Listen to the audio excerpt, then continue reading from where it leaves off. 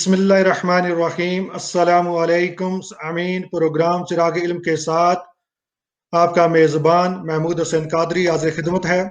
आज का हमारा प्रोग्राम मुतफर्रक सवालात पर मबनी है, जिनके जवाबात के लिए हमारे साथ शेख उस्मान अल अज़री साहब मौजूद हैं।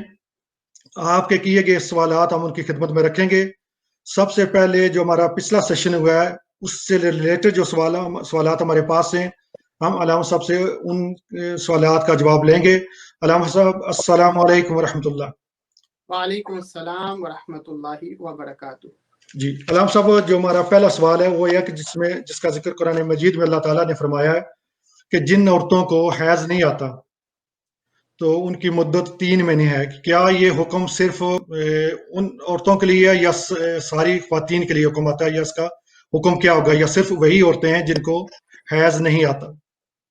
ये जो आयत करीमा जिसका आपने जिक्र किया सूरह तलाक में है, अल्लाह पाक ने फरमाया कि वल्लाही यइस्न मिनल महीद मिन निसाइकुम इन इर्तबतुम फइद्दतुहुन्ना सलासतु अशहुरिन वल्लाही लम यहिद।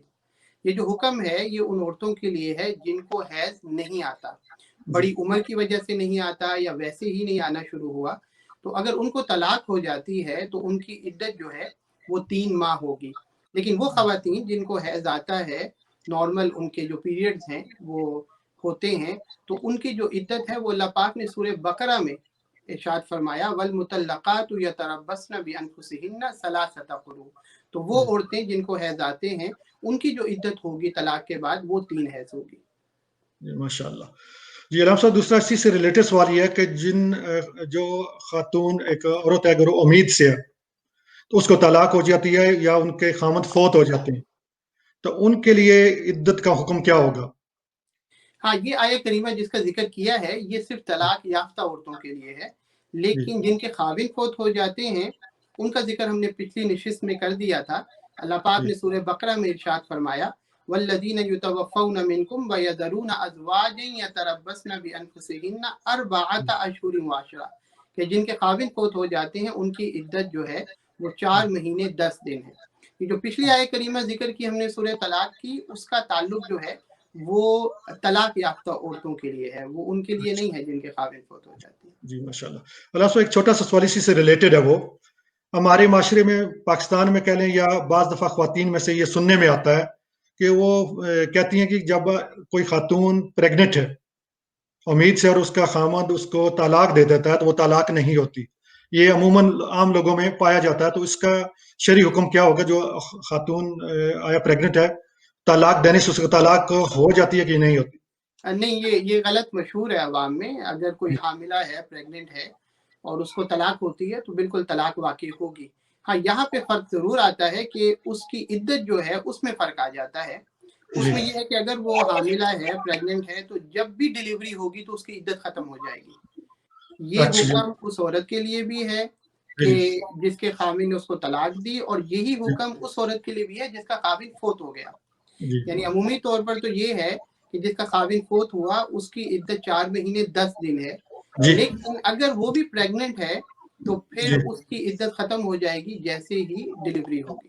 तो ये अच्छा फर्क जरूर है, लेकिन ये जो मशहूर है कि अगर कोई प्रेग्नेंट है तो उसको तलाक होती नहीं है उसको, तो ये गलत बात है, ऐसी कोई बात नहीं। जी, जज़ाकल्लाह अलाम साहब। अलाम साहब, हमारे भाई ने एक सवाल पूछा है कि वो फरमाते हैं कि उन्होंने गुस्ल किया है, गुस्ल करने के बाद मिसाल के तौर पर ज़ोहर की नमाज उन्होंने पढ़ ली है, तो बाद में उनके ज़हन में ये सवाल आया जी कि मैंने तो वुज़ू नहीं किया था, आया सिर्फ गुस्ल करने से उनकी नमाज पढ़नी कैसी है? आया कि नमाज हो जाती है या उनको साथ गुस्ल करना चाहिए था? ये उन भाई का सवाल है ये। हाँ, ये बहुत कम लोगों के इल्म में है। जब गुस्ल किया जाता है तो वुज़ू भी आपका हो जाता है। तो अगर उन्होंने गुस्ल किया था प्रॉपर, जिस गुस्ल के 3 फ़राइज़ हैं हम बयान करते हैं, कुल्ली जी करना, नाक में पानी डालना और पूरे जिस्म पर पानी को बहाना। अगर जी उन्होंने कुल्ली की थी, गुस्ल के दौरान नाक में पानी डाला था, तो उनका वुज़ू हो गया था और उन्होंने जब नमाज़ पढ़ी तो उनकी नमाज़ हो गई है। वैसे आका अलैहिस्सलातु वस्सलाम की जो सुन्नत है वो ये है कि आका अलैहिस्सलातु वस्सलाम गुस्ल से पहले वुज़ू जी फरमाया करते थे, जिस तरह नमाज के लिए वुज़ू किया जाता है। तो जी बेहतर ये है कि गुस्ल से पहले वुज़ू वुज़ू कर कर लिया जाए। लेकिन अगर किसी ने नहीं किया और उसको जी नहीं पता था कि ये सुन्नत है और उसने डायरेक्ट गुस्ल कर लिया और जी गुस्ल में तीनों फ़राइज़ पूरे किए, तो उसका वुज़ू भी हो गया और उसने अगर नमाज पढ़ी है जिन्होंने सवाल किया, ان کی نماز ہو گئی ہے۔ جی علامہ صاحب، اس میں ایک اور سوال یہ پیدا ہوتا ہے کہ جب جیسے آپ نے فرمایا کہ اگر اس نے غسل کیا تو تینوں فرائض اس نے پورے کر لیے تو اس کا غسل ہو گیا، تو اگر جو مسح سر کا کرتے ہیں وہ سنت طریقے سے اس طرح وہ نہیں بھی کیا، کسی آدمی نے صابن لگایا یا شیمپو لگایا، ہاتھ سر پر ہاتھ پھیرے، آیا اس سے اس کا مسح ہو جائے گا؟ نہیں، جب اس نے دھو لیے بال تو بدرجہ اولا مسح ہو گیا، سبحان اللہ، یعنی جب اس نے بال ہی دھو لیے تو بدرجہ اولا مسح ہو گیا، تو اس کا وضو ہو گیا۔ جی جزاک اللہ۔ جی علامہ صاحب، آگے جو ایک سوال ہے وہ خواتین سے ریلیٹڈ ہے۔ بعض خواتین کو یہ مسائل ہوتے ہیں کہ ان کو مسلسل خون آتا رہتا ہے، تو آیا کہ ان کی حیض کی مدت کتنی ہوگی، یا اس میں نماز پڑھنے کا ان کے لیے کیا حکم ہوگا کہ وہ کب تک وہ حیض کو شامل کریں اور کب نماز پڑھ سکتی ہیں اور کب تک اپنے آپ کو روکے رکھیں؟ دیکھیں، اس کا سادہ سا اصول ہے، بس وہ ذہن میں خواتین رکھ لیں تو ان کو اپنے معاملات کو حل کرنے میں آسانی ہوگی۔ وہ یہ ہے کہ حیض کی جو زیادہ سے زیادہ مدت ہے وہ 10 دن ہے اور کم سے کم 3 دن ہے۔ تو اگر کسی خاتون کو جو حیض کا خون ہے وہ آتا رہتا ہے اور حتیٰ کہ 10 دن گزر جاتے ہیں اور 10 دن کے بعد بھی وہ اب رکتا نہیں ہے، تو اب وہ حیض نہیں ہے 10 دن کے بعد، اس کو استحاضہ کہتے ہیں، یعنی اب وہ حیض نہیں ہے، وہ 10 دن کے بعد ان کا حیض ختم ہو گیا، وہ نہائیں گی، غسل کریں گی، پاک ہوں گی، اور 11ویں دن سے وہ اپنی نماز کی ابتدا کر دیں گی۔ اگر رمضان ہے، روزے رکھنے ہیں تو وہ روزے رکھنا شروع کر دیں گی، کیونکہ اب وہ حیض نہیں ہے بلکہ استحاضہ ہے، اور استحاضہ کا حکم یہ ہے کہ وہ پاک ہی شمار ہوں گی۔ صحیح ہے، یہ اس کا جواب ہے۔ جی علامہ صاحب بہت خوب، یہ تو حیض کا مسئلہ ہو گیا۔ علامہ صاحب، جب ان کو مسلسل خون آ رہا ہے تو ان کا وضو کا کیا اس میں حکم ہوگا؟ چونکہ خون آنے سے تو وضو ٹوٹ جاتا ہے، تو ان کے لیے پھر شرعی حکم کیا ہوگا کہ وضو کا طریقہ کار کیسے اپنائیں گے؟ دیکھیں، اس میں یہ ہے کہ کیونکہ یہ مرض جو ہے ان کو لاحق شمار کیا جائے گا، بیماری شمار کی جائے گی، تو اس میں حکم یہ ہے کہ وہ ایک نماز کے لیے وضو کریں گی۔ مثلا ظہر کی نماز انہوں نے پڑھنی ہے تو ظہر کی نماز کے لیے وہ وضو کریں گی، اور عصر تک وہ اس کے درمیان جو بھی انہوں نے نوافل پڑھنے ہیں اور ساری ظہر کی نماز پڑھنی ہے وہ سب پڑھ سکتی ہیں۔ دوبارہ ان کو وضو کرنے کی ضرورت نہیں ہے۔ دوبارہ وضو ان کو کرنے کی تب ضرورت ہوگی جب انہوں نے اگلی عصر کی نماز پڑھنی ہوگی۔ جی، جب بھی عصر کا وقت ہوگا تو اب ان کا وضو نہیں شمار ہوگا، اب ان کو نیا وضو کرنا پڑے گا عصر کی نماز کے لیے۔ جی، ہر نماز کے ساتھ وہ نیا وضو کریں گے۔ جی جی جی۔ جی علامہ صاحب، اسی طرح جب کسی خاتون کے گھر اولاد کی پیدائش ہوتی ہے تو خواتین کو خون آتا رہتا ہے، تو اس خون کی کیا لمٹ ہونی چاہیے؟ چونکہ ظاہر ہے کہ مختلف خواتین کا مختلف مسائل ہو سکتے ہیں، کسی کو 10 دن آیا، کسی کو 15 دن آیا، یا 40 دن تک بھی سننے میں آتا ہے، تو اس خواتین کا اس میں کیا حکم ہو گیا کہ اس خون کی لمٹ کہاں تک ہم لیں گے؟ دیکھیں، اس میں پہلی چیز تو یہ ہے کہ جس طرح حیض میں ہم نے ذکر کیا کہ کم سے کم 3 دن ہوتے ہیں، اس طرح نفاس جو ہے، جو آپ نے ذکر کیا کہ بچہ پیدا ہونے کے بعد جو خون آتا ہے عورتوں کو، اس کو نفاس کہتے ہیں، تو اس کی کم سے کم مدت نہیں ہے۔ ہاں، زیادہ سے زیادہ جو ہے 40 دن ہے، یعنی اگر کسی خاتون کو 15 دن 20 دن کے بعد خون آنا بند ہو گیا ہے اور وہ پاک ہو گئی ہیں تو ٹھیک ہے، لیکن اگر کسی کو خون آنا بند نہیں ہوتا اور وہ پاک نہیں ہوتی تو وہ جاری رہتا ہے حتیٰ کہ 40 دن ہو جاتے ہیں، تو 40 دن کے بعد اب شمار کیا جائے گا کہ اب یہ نفاس نہیں ہے بلکہ اب یہ استحاضہ ہے، تو لہٰذا وہ غسل کر کے پاک ہو کر وہ اپنی نماز اور روزہ جو ہے اس کو جاری کرے گی۔ جی ماشاءاللہ، اس میں یہ پابندی نہیں ہے کہ اگر کسی خاتون کو 10 دن کے بعد خون بند ہو گیا ہے تو 40 دن پورے کرنے، اس پر پابندی نہیں ہے، چونکہ اس لیے کہ دیہاتوں میں یہ بات پائی جاتی ہے کہ وہ 40 ایسا نہیں ہے، جب بھی وہ پاک ہو جائے گی، وہ 5 دن کے بعد پاک ہو جائے، وہ 2 دن کے بعد ہو جائے، وہ 10 دن کے بعد ہو جائے، وہ جب بھی پاک ہو جائے گی تو اس کے بعد وہ اپنا نماز روزہ جو ہے اس کو جاری کر لے گی۔ ہاں، یہ اس صورت میں ہے کہ وہ اس کا خون رکتا ہی نہیں ہے حتیٰ کہ 40 دن ہو جاتے ہیں اور 40 دن کے بعد بھی جاری رہتا ہے، تو پھر 40 دن کے بعد ہم کہیں گے کہ اب یہ استحاضہ ہے، تو لہٰذا اب وہ پاک ہو کر اپنا نماز روزہ جو ہے اس کو جاری کریں گی۔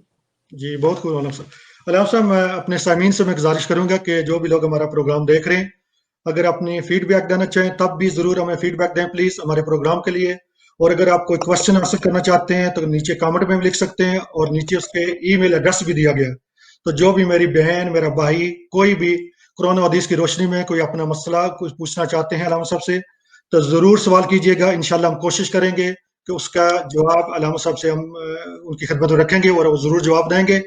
علامہ صاحب، ہمارا جو نیکسٹ سوال ہے وہ نماز جو ہماری لمٹ ہے کہ قصر کی نماز کب ہوگی؟ जो सफ़र हम करते हैं कि सफ़र की लिमिट क्या होगी जहाँ से हम नमाज कसर शुरू करें, चूँकि बाज़ उलमा मुख्तलिफ उलमा से सुनते आते हैं कि उनकी मिकदार डिफरेंट है। कहीं के नज़दीक ग़ालिबन 54 माइल भी है, 48 भी सुनने में ग़ालिबन आता है। तो उसकी मिकदार क्या होगी जब आप सफ़र के लिए निकले, तो कितने सफ़र के बाद, कितने माइल के बाद आप नमाज कसर कर सकते हैं? देखिए, इसमें दो चीज़ें हैं। अवामुन नास के लिए जो मुश्किल पैदा होती है कि कोई स्कॉलर जो है, कोई आलिम दीन जो है, वो कोई मिकदार बता रहा है, कोई कहता है 54 माइल है, कोई कहता है कि 58 है, कोई 57 है, कोई 48 बयान करता है। तो अवाम अक्सर इस मुश्किल का शिकार होती है कि किसको फॉलो किया जाए। इसमें दो चीज़ें हैं। पहली तो हम समझ लेते हैं कि इसके इख्तिलाफ की बुनियाद क्या है। एक तो बुनियाद इसकी इल्मी है, अहादीस की सनद की बात है, वो ज़ाहिर बात है अवामुन नास उसको तो नहीं समझ सकती, लेकिन वो जो समझ सकती हैं वो मैं बयान कर देता हूँ। वो ये है कि अहादीस में कहीं पर कोई माइल्स का या किलोमीटर्स का तो जिक्र नहीं है। वो ज़्यादा जिक्र जो आया है वो अय्याम का है। शरीयत की कुतुब में, फ़िक़्ह की कुतुब में वो 3 दिन है। अब 3 दिन की जो मुसाफत है, इंसान जब सफ़र करता है उसके अंदर उसने खाना खाने के लिए भी रुकना है, उसके अंदर उसने किस चीज़ पर सफ़र करेगा। पुराने दौर में ऊँट वगैरह पे सफ़र होता था। तो आइम्मा जो है उन्होंने जब अंदाज़ा किया कि 3 दिन के अंदर जो सफ़र है कितना किया जा सकता है। अब ज़ाहिर बात है अंदाज़े के अंदर मुख्तलिफ जो माइल्स हैं या किलोमीटर्स हैं वो आ सकते हैं। कोई कहेगा कि इतना किलोमीटर इंसान सफ़र कर सकता है, कोई कहेगा कि नहीं इतना नहीं, इतना कर सकता है। तो इस बुनियाद पर ये इख्तिलाफ है। तो अवामुन नास जो है वो क्या करें? देखिए, उसमें मैं बाज़ जो अक़वाल है उलमा के वो बयान कर देता हूँ। आप कोई भी एक उसमें से अपना लें अपनी ज़िंदगी के लिए और उसको फ़ॉलो करें। मिसाल के तौर पर मैं आपको तरतीब बता देता हूँ। इसमें आइम्मा के जो अक़वाल हैं जिसको फ़ॉलो किया जाता है इस टाइम, वो 48 माइल्स भी है। अच्छा। उसके अंदर जो है 54 माइल्स का भी ज़िक्र आया है, 57 भी हैं। तो इससे ये मुख्तलिफ आपको मिल जाएँगे। अब इसके अंदर आप इसको किलोमीटर में कर लें, जिन मुल्कों में किलोमीटर इस्तेमाल होते हैं। मिसाल के तौर पर अगर आप 54 मील जो है उसको अपनाएँ, तो उस हिसाब से ये 87 किलोमीटर बनता है। तो अगर आप किलोमीटर आपके मुल्क में अगर इस्तेमाल हो रहे हैं, तो आप इस एतबार से 87 किलोमीटर जो है उसको ज़हन में रख लें। जहाँ पे माइल्स इस्तेमाल हो रहे हैं वहाँ पर 54 रख लें। अगर आपने 54 जो है उसको अक्सर उलमा इस तरफ गए हैं। बाकी अक़वाल उलमा के जो है 48 के भी हैं, 57 के भी हैं। यानी 57 वाला जो लोग फॉलो करते हैं तो वो किलोमीटर के हिसाब से 92 बन जाएगा, 92 किलोमीटर। तो इसमें से जो भी आसानी हो आवाम के लिए, उनके पास चॉइस है, जो आसानी हो वो उसको इख्तियार कर सकते हैं। ज़्यादा जो हनफी स्कॉलर हैं वो 54 माइल जो है 54 माइल उसका जिक्र करते हैं। जी, माशाअल्लाह, बहुत खूब अल्लाम साहब। अल्लाम साहब ये बताएं कि जब इंसान कितने दिनों की नीयत करे सफ़र के लिए तो फिर नमाज कसर पढ़ सकता है? जब सफ़र के लिए जा रहे हैं तो कितने दिन मिनिमम होने चाहिए तो उसमें नमाज कसर अदा की जा सकती है? हाँ, जहाँ भी सफ़र कर रहे हैं, जिस मुल्क में, जिस जगह पर, और वो जो सफ़र है आपका, पहली चीज़ तो ये है मैंने ज़िक्र कर दिया कि वो 48 माइल्स या 54 या 57 जो भी आपने अपनाया है, अगर आप उससे ज़्यादा कर रहे हैं और आपकी नीयत ये है कि मैं जहाँ जा रहा हूँ, वहाँ पर मैंने 15 दिन या 15 दिन से ज़ायद रहना है। यानी यूँ कह लें कि 2 वीक से ज़्यादा रहना है। तो 15 दिन या 15 दिन से ज़ायद अगर आपके उधर रहना है, तो फिर आप जाकर कसर नहीं करेंगे, बल्कि आप उधर पूरी नमाज ही पढ़ेंगे। लेकिन अगर आप किसी जगह पे गए हैं और आपका इरादा ये है कि मैं 2 वीक के लिए जा रहा हूँ या 13 दिन के लिए, 10 दिन के लिए, हफ्ते के लिए, तो फिर आप कसर पढ़ेंगे जहाँ भी जाएँगे। माशाअल्लाह, बहुत खूब अल्लाम साहब। अल्लाम साहब अगला जो सवाल है, हमारी एक बहन का, वो पाकिस्तान गए, तो उन्होंने नियत की थी 6 दिन की। तो जब वो 5 दिन के गुज़र चुके, छठे दिन उनको कोई मसला बन गया या जो भी उनका प्रोग्राम चेंज हो गया, तो उन्होंने मज़ीद 12 दिन अपना जो वहाँ पर क़ियाम में बढ़ा लिया। आया उसमें वो नमाज़े कसर अदा करेंगे या कि वो पूरी नमाज अदा करेंगे? हाँ, नहीं, इसके अंदर ये है क्योंकि 6 दिन गुज़र गए थे और अब उन्होंने नई नियत की है। अब वो जो नई नियत की है उसका एतबार होगा। तो वो आपने बताया कि उन्होंने नियत की है 12 दिन की, तो लिहाजा उन्होंने 15 दिन की दोबारा अभी नियत नहीं की है, तो वो कसर ही पढ़ेंगी। इसको यूँ समझ लें आप कि अगर फॉर एग्ज़ाम्पल 12 दिन के बाद 11 दिन गुज़रे थे, फिर उनको मज़ीद 10 दिन एक्सटेंड करना पड़ गया अपना जो सफ़र था, तो जब वो एक्सटेंड करेंगी, तो अभी भी उन्होंने फिर दोबारा 15 दिन से कम ही जो है नियत की है, तो अभी भी फिर वो कसर ही करेंगी। तो हत्ता कि वो महीना, साल भी इस तरह रहेंगी, تو وہ قصر ہی کریں گی، الا یہ کہ ان کی نیت جو ہے 15 دن یا 15 دن سے زائد کی ہو، تب وہ پوری نماز پڑھیں گی۔ جی علامہ صاحب، اسی سے ریلیٹڈ ایک سوال ہے جو میرے ذہن میں آتا ہے، چونکہ جو لوگ پاکستان سے آئے یا دوسرے ممالک سے یہاں آ کر آباد ہوئے ہیں، ان کے پاکستان بھی گھر ہیں۔ مثال کے طور پہ میں پاکستان جاتا ہوں، اگر میرا قیام وہاں پر 15 دن سے کم ہے، تو آیا کہ وہ وہاں پر نماز قصر ادا کی جائے گی یا کہ اس گھر کو اپنا گھر تصور کیا جائے گا؟ اس میں کیا حکم آئے گا؟ دیکھیں، ہم اس کو جنرل لے لیتے ہیں۔ جو جی لوگ پاکستان سے باہر گئے ہیں یا ایک ملک سے دوسرے ملک جاتے ہیں، جی یہ ڈیپینڈ کرتا ہے کہ وہ کس ملک میں گئے ہیں، ان کے حالات کیا ہیں۔ مثال جی کے طور پر اگر ہم سعودیہ کو دیکھیں یا دبئی کو دیکھیں، ان ممالک میں جو لوگ جاتے ہیں جی ان کو پتہ ہے کہ ہم نے ایک دن واپس اپنے گھر ہی جانا ہے۔ ان کا جی بے شک کام ہے وہ 10 سال رہیں، ادھر 12 سال رہیں، کیونکہ ادھر ان کو ریزیڈنسی نہیں دی جاتی، جی جی پرماننٹ ان کے پاس ادھر کی رہائش نہیں ہوتی ہے، ویزا نہیں ہوتا ہے۔ اس وجہ سے ان کا تو یہی ہے کہ جب بھی وہ اپنے گھر جائیں گے تو وہ ان کا وطن اصلی ہے اور انہوں نے ادھر جا کے پوری نماز ہی پڑھنی ہے۔ جی جو لوگ یو کے ہیں یا امریکہ ہے یا ان ممالک میں آتے ہیں جہاں پر وہ پرماننٹ رہنا شروع کر دیتے ہیں جی اور ان کے اہل و عیال جو ہیں، بچے ہیں، وہ ادھر ہی سیٹلڈ ہو جاتے ہیں، وہ خود ان کو پتہ ہونا چاہیے کہ ان کے ذہن میں کیا ہے کہ ہم نے واپس پاکستان جانا ہے، آخرکار ادھر ہی رہنا ہے یا اب جی ہم ادھر ہی رہیں گے۔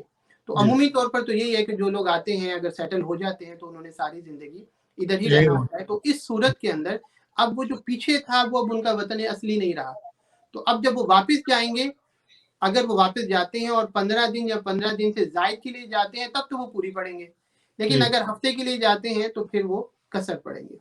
اگر ان اچھا کو یقین ہے اس چیز کا، وہ ذہنی طور پر سمجھتے ہیں کہ اب ہم پاکستان ہمارا وطن نہیں ہے اصلی، بلکہ اب ہم نے ادھر ہی رہنا ہے، ادھر ہی ہمارا سارا کچھ۔ جی ماشاء اللہ ماشاء اللہ۔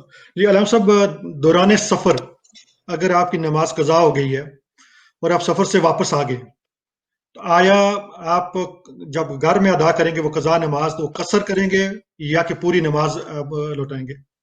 یعنی اگر تو آپ کی قضا آپ نے دیکھنی ہے کہ کس جی حالت میں ہوئی ہے، تو جی سفر میں کیونکہ آپ نے قصر پڑھنی تھی اور وہ قصر ہی قضا ہوئی ہے، تو لہٰذا گھر آ کر بھی اس کو قصر ہی آپ پڑھیں گے۔ مثال جی کے طور پر آپ کی ظہر قضا ہو گئی ہے، آپ سفر پر تھے، تو اگر آپ سفر میں پڑھتے تو 2 پڑھنی تھی آپ کو، لیکن جی گھر آ گئے ہیں تو گھر آ کے بھی اب آپ کی کیونکہ قضا 2 ہی ہوئی تھی تو آپ 2 ہی پڑھیں گے۔ اسی طرح اگر آپ مقیم ہیں اور آپ کی کوئی قضا ہو گئی ہے، یعنی 4 فرض آپ نہیں پڑھ سکے ظہر کے، اور جی اب آپ کہیں پر سفر پر ہیں اور آپ کو وقت ملا ہے، آپ چاہتے ہیں کہ میں قضا نماز پڑھ لوں، تو وہ آپ 4 ہی پڑھیں گے، 2 جی نہیں پڑھیں گے، کیونکہ جب وہ قضا ہوئی تھی تو وہ 4 تھی۔ تو جی لہٰذا سفر میں جو قضا نماز ہوتی ہے تو جس طرح ہوتی ہے اسی طرح آپ اس کو ادا کریں گے، چاہے آپ مقیم ہو جائیں۔ بہت خوب بہت خوب ماشاء اللہ۔ علامہ صاحب، آج کے ہمارے پروگرام کا آخری سوال یہ ہے کہ مسافر کے لیے جب وہ جماعت کے ساتھ نماز پڑھے گا تو آیا وہ پوری نماز ادا کرے گا یا کہ وہ قصر پڑھے گا؟ یعنی مسافر اگر جماعت کے ساتھ نماز پڑھ رہا ہے اور امام مقیم ہے، یعنی امام نے 4 رکعت ہی پڑھانی ہے، جی تو جی اگر مسافر ان کے پیچھے نماز پڑھ رہا ہے تو مسافر اس ٹائم پوری پڑھے گا۔ ہاں، اس صورت میں کہ وہ مسافر اگر امام بن جائے اور اس کے پیچھے جو لوگ نماز پڑھ رہے ہیں وہ مقیم ہیں، تو تب وہ مسافر اپنی 2 ہی پڑھے گا اور 2 کے بعد وہ اعلان کر دے گا کہ آپ اپنی نماز مکمل کر لیں، تاکہ لوگوں کو پتہ لگ جائے اور وہ اپنی نماز مکمل کر لیں۔ لیکن اگر وہ خود جماعت کے ساتھ نماز پڑھ رہا ہے اور جو امام ہے وہ مقیم ہے، تو پھر وہ اپنی پوری نماز پڑھے گا امام کے ساتھ۔ جی علامہ صاحب، بہت بہت شکریہ۔ اللہ پاک آپ کے علم میں عمر میں برکت عطا فرمائے۔ اپنے بڑے پیارے انداز میں سوالات کے جواب دیے ہیں اور ہم امید کرتے ہیں کہ جتنے بھی ہمارے سامعین دیکھ رہے تھے، ہماری بہنیں ہمارے بھائی اس پروگرام کو پسند کریں گے۔ اپنی فیڈ بیک ہمیں ضرور دیجیے گا۔ اگر کوئی سوالات ہے، جیسے میں نے پہلے عرض کیا کہ وہ نیچے ای میل بھی رکھ دیا گیا ہے، اس میں بھی دے سکتے ہیں اور نیچے کامنٹ میں بھی لکھ سکتے ہیں۔ ضرور سوال پوچھیں، ہم علامہ صاحب کی خدمت میں وہ سوالات آپ کے رکھیں گے۔ وہ آپ کے سوالات کے جوابات قرآن و حدیث کی روشنی میں آپ کو عنایت فرمائیں گے۔ تو نیکسٹ پروگرام تک ہمیں اجازت دیجیے گا۔ اللہ حافظ۔